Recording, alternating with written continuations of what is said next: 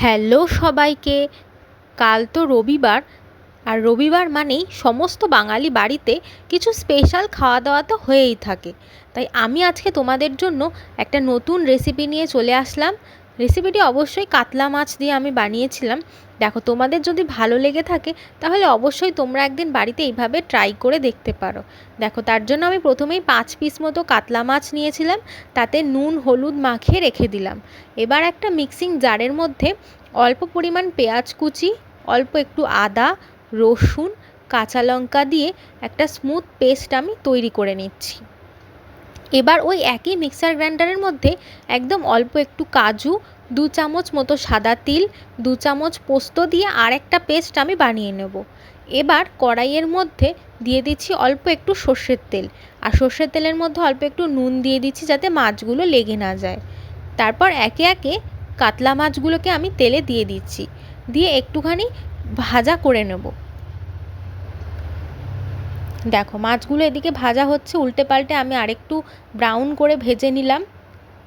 দেখো, ভীষণ কড়াভাবেই আমি মাছগুলো ভেজেছিলাম। দেখো, মাছগুলো ভাজা হয়ে গেছে, এবার আমি একে একে তুলে নিচ্ছি। এবার সেই একই তেলের মধ্যে এলাচ, দারচিনি আর তেজপাতা ফোড়ন দিলাম। ওটার স্মেলটা তেলের মধ্যে অ্যাড হয়ে আসলে আমি দিয়ে দিচ্ছি আগে থেকে কেটে রাখা পেঁয়াজগুলো একটু গোল্ডেন ব্রাউন হওয়া পর্যন্ত ভেজে নেব। তারপর দিয়ে দেবো সেই আদা রসুন কাঁচা লঙ্কার পেস্টটা, দিয়ে ভালো করে একটু মিশিয়ে নিচ্ছি। আর দিয়ে দিচ্ছি রোজকার মশলা, জিরে ধনের গুঁড়ো আর লঙ্কার গুঁড়ো। এখানে আমি হলুদের কোনো ব্যবহার করিনি।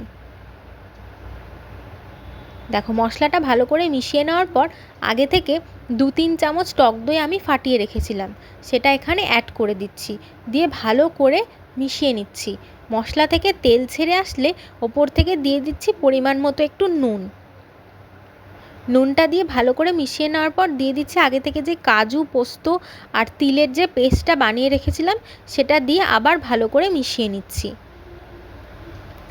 আর ওপর থেকে দিয়ে দিলাম পরিমাণ মতো চিনি দিয়ে মশলাটা কষিয়ে নেওয়ার পর দিয়ে দিচ্ছি হাফ বাটি মতো জল। এবার ঝোলটা ফুটতে দেব। দেখো, ঝোলটা এখানে ফুটে গেছে। এই সময় আমি দিয়ে দিচ্ছি ভেজে রাখা মাছগুলো, দিয়ে ভালো করে ফুটিয়ে নেব।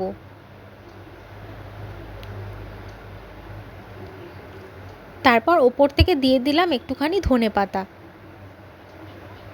আর দিচ্ছি গরম মশলা। তাহলেই তৈরি হয়ে যাবে একদম অনুষ্ঠান বাড়ির মতো একদম সুস্বাদু শাহি কাজু কাতলা। দেখো, তোমাদের রেসিপিটি অবশ্যই ভালো লাগলে আমার চ্যানেলটি সাবস্ক্রাইব করে দিও, আর বাড়িতে বানিয়ে অবশ্যই খেয়ে দেখো। আমার তো ভীষণ ভালো লেগেছে, আশা করি তোমাদেরও ভালো লাগবে। ভালো লাগলে লাইক করে দিও।